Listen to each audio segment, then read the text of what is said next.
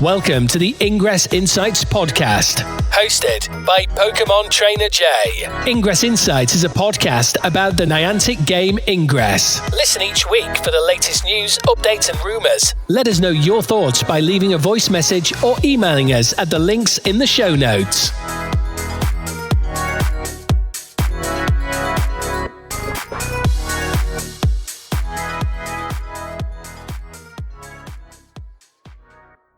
Hello agents, and welcome to episode 43 of the Ingress Insights podcast. There's been quite a bit that's happened during my time off, so we'll get right into the news about the Global Shared Link Challenge and the updates there, as well as Operation Pursue Human Potential Evolution Unbound, which has already started and you should be enjoying your double AP from that.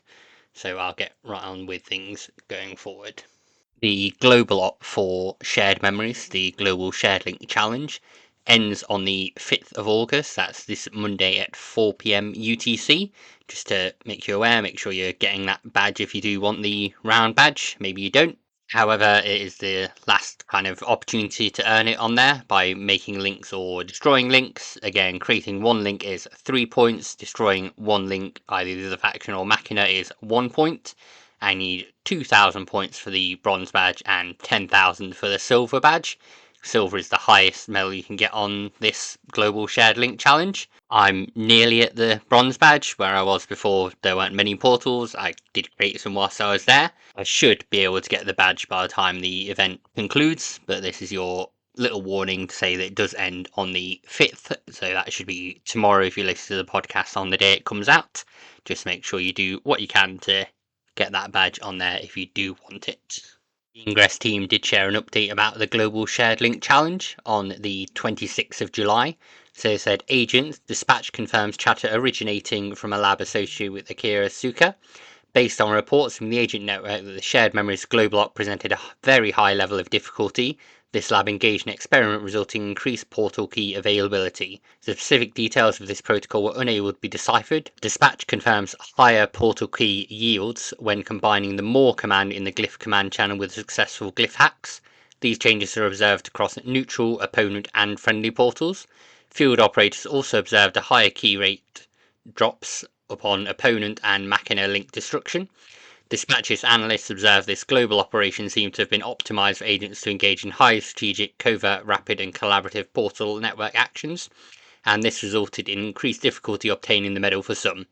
These analysts hypothesize that the increased key yield may provide these agents with helpful tailwinds as they strive to prove themselves in shared memories. For myself, being a mainly solo agent, I have not done any shared links, they've all just been my own links, so I have been struggling to get points on there, especially last time being off. I was somewhere with, as I mentioned, not a lot of portals, so I couldn't do a lot of linking.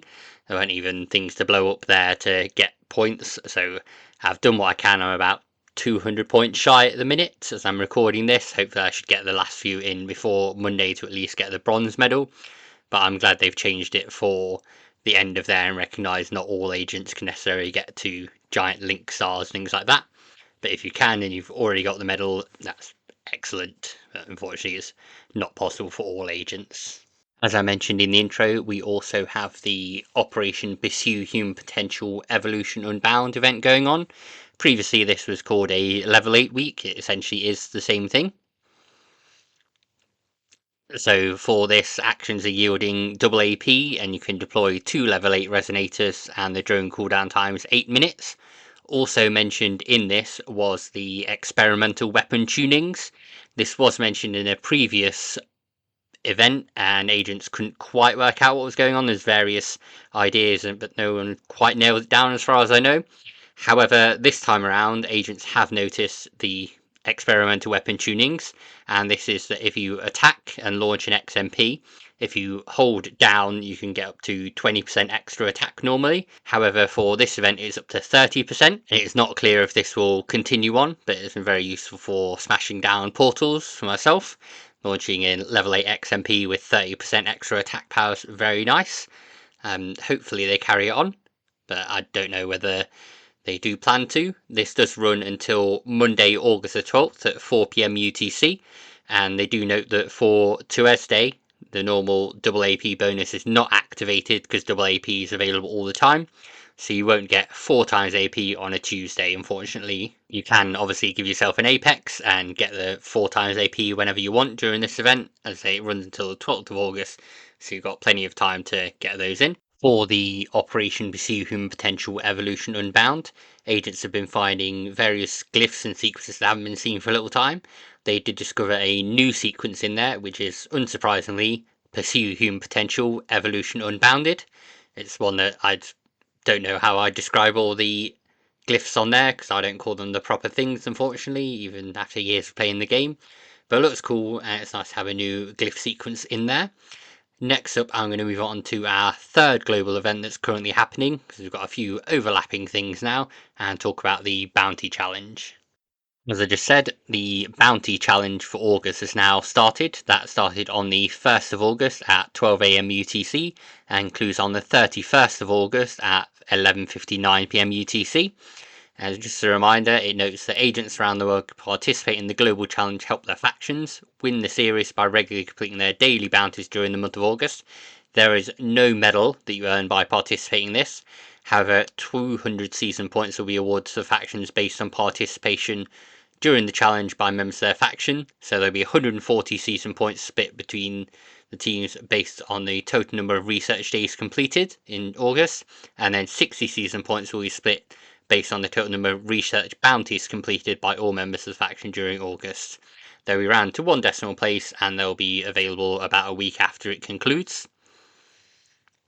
So basically, make sure you're doing your daily bounties every day. If you can, complete all of them. That'll really help your faction out. One thing that I can advise if you have multiple kinetic capsules is to keep one stored away so that you can claim one kinetic capsule straight away. And there's easy ones that come up like doing drone hacks as well. And then ones such as destroying resonators, making fields, so they're all fairly straightforward. There's no longer the complete one mission bounty that agents didn't particularly like when it first came out. But there's plenty of other bounties to do on there, so do make sure you complete them and help your faction out and help them win shared memories. The last few bits of shared memories news, I just want to note that the Ingress community manager for the APAC region, Hilda, joined in the shared memories operation, and Agent posted up a detail about it on Reddit, so you can read that there, saying it's fair play, but saying should they interfere and calling some things into question. But I'll link to the post and you can read it for yourself and make a decision from there. The last little bit of news for shared memories is that the Ingress team accidentally removed the badges for shared memories, which will be going live on the 17th of August, from the shared memories details page. Somehow, somewhere, they've accidentally put down details about the 3 level 8 badges, which are available as part of the extended level 8 week event, and remove the list of badges that's there. We covered them previously, and they are available on other sources to see the list that was up there before. But there are 5 event badges, but unfortunately the bit on their blog post now just shows the 3 level 8 badges for Enlightened, Machina and Resistance. So if you do want to know the full details, you can go back and listen to that bit of the podcast, or you can view them. As I said, there's some cached sites that will have them up available, or you can just wait until the 17th of August and then you'll be able to see the first few badges pop up that you can get there. Hey, this is Sim, Global Product Marketing Lead for Peridot, and you're listening to Ingress Insights. Now just moving on to a few other bits of news that aren't anomaly related. So first Saturday was yesterday, as you're listening to this podcast. Again, that's not really changed for a little while now, since doing them in person is the only way to earn the medal. But if you do want to look up events for next month's first Saturday, you can do that on the FEV Games website, or you can apply to host one. The details for that are there as well. I'll link to how you can do that yourself. So technically, I guess on the Saturday for first Saturday, we had 4 global events overlapping on that day, which I think may be a first for Ingress. Probably not for some of their other games, but definitely for Ingress. And then now I'm going to move on to some technical issues and some changes that have been made in the app as well. On the 25th of July, the Ingress team accidentally, or maybe purposefully, deleted some server branches that were hosted on Google Cloud Storage. This meant that a lot of data for media was lost and there was no media image or media content on there. However, it was quickly restored and agents can access the media and the content there once again. I believe there's been an effort to back up that media in case it's ever needed. Some agents are very attached to media and media content on there, and it was a bit weird to see it suddenly blip off. As I mentioned, it is now fixed, so there's no issues there at least. I'll move on and talk about debugging next. If you're not aware, you can get a debug log normally in Ingress by holding down 4 fingers on the app and then pasting the result into like a Notes app or something like that. This is what the support team sometimes request when there is an error. However, you can't now do that. It doesn't bring up anything when you do that 4-finger tap and paste the results elsewhere. There's nothing that it pastes. It's not known whether this is intentional at the moment or whether there's another way to trigger the debug. People have used the debug to find out things such as the Quago thing that I mentioned last time, looking at cheating, player churn and details like that, as well as early indications of Monster Hunter Now integration with the beacons that was discovered by debug menu and details on there. So it may be a way that Ingress is trying to get around people being able to see what's coming up next, but it's a bit weird. I don't know how the support team will want you to send them a debug report if needed. I've not had to do that yet because I've not had any issues, but I'll be interested to see what their response is if I do need to do that. So basically you could tap 4 fingers on the screen to get a debug report, but you can't now do that, unfortunately. As you may have seen already, the Bounties menu has been renamed, so it's now Dispatch on the main screen with the briefcase. It's interesting because the recent blog post that I've mentioned on this podcast also talked about messages coming from Dispatch, and the research bounties are no longer called bounties, they're now assignments instead. And I want to mention as well, the resistance AP colour on the research bounty screen has changed. It's now a different colour, blue. So that's something to bear in mind if you see that visual change on there. As far as I'm aware, the enlightened AP colour on the bounty screen has not changed, but those few little changes might portend to something else happening after the Daily Bounties Challenge. Interestingly, it is still called the Daily Bounties Challenge even with the change to Dispatch. It does say Research Bounty still at the top of the screen, so who knows what's going on there. It may be something law related, it may just be the text has changed and that was what it was called in beta. But we'll wait and see what happens there with bounties/dispatch/assignments. Final Ingress related news item, I want to mention the Ingress worldwide competition starts on September the 1st. So this is an agent organised friendly competition to see who can do the best in certain stats between the 1st of September and the end of September. I'll share details for joining that group. There's generally passcodes and things given out as part of that group. They are just intended for those who are in that competition, so don't share them outside of it is their request. I will provide the link there to share. I might join up myself, I've not decided yet. I don't know how busy I'll be in September, so it really depends what I've got time for, but I'll share the details for that close to the time again as well. Hi, this is HP Bulola, and you're listening to the Ingress Insights podcast. Some non-Ingress news now with a bit of Wayfarer things on there. So on the 24th of July, it was spotted by the Brazilian Wayfarer ambassador, Carol Figueira RS, that a team had added a load of new Pokestops to Brazil. These don't appear in Ingress, and these are similar to the previous imports that have happened in India and Turkey in various places, where Wayspots are added to the map using Foursquare data, and they don't have any pictures, they're not great titles. Some are not eligible things, usually as portals or Pokestops in Wayfarer. Concerns have been expressed before about the India import, and they didn't get added to Ingress that time around. These also haven't been added to Ingress but are in the Lightship database. This can cause issues where if you do nominate something that's eligible in Ingress, but it already exists as a Pokestop and Wayspot in the system, it won't appear on Ingress even if it meets inclusion rules and it's eligible. So this causes frustration to agents in various places. And on the 25th of July, the Wayfarer ambassador PkmnTrainerJ, that's me, said it had been escalated to Niantic about the concerns for this. So whether anything will happen is up in the air, but it has been escalated that they know they're garbage and terrible and they promised to change things from last time and have not. All I can do on my side as a Wayfarer ambassador is feed it back. You may not be fussed because they're not appearing as portals, but as I said, there's the issue there where it will block new things from being submitted, unfortunately, even if they are on the map already, meet criteria, that kind of thing. So I want to share that about Brazil first of all, and then move in talking about Turkey. To this, the Ingress team also shared an update on July the 30th to say, attention Turkish agents, as you may have deciphered, Machina is currently disabled throughout most of Turkey. The NIA is working to update the portal network there to include only portals approved by agents and wayfarers that have been accepted by an Niantic wayfarer, like we do in other regions.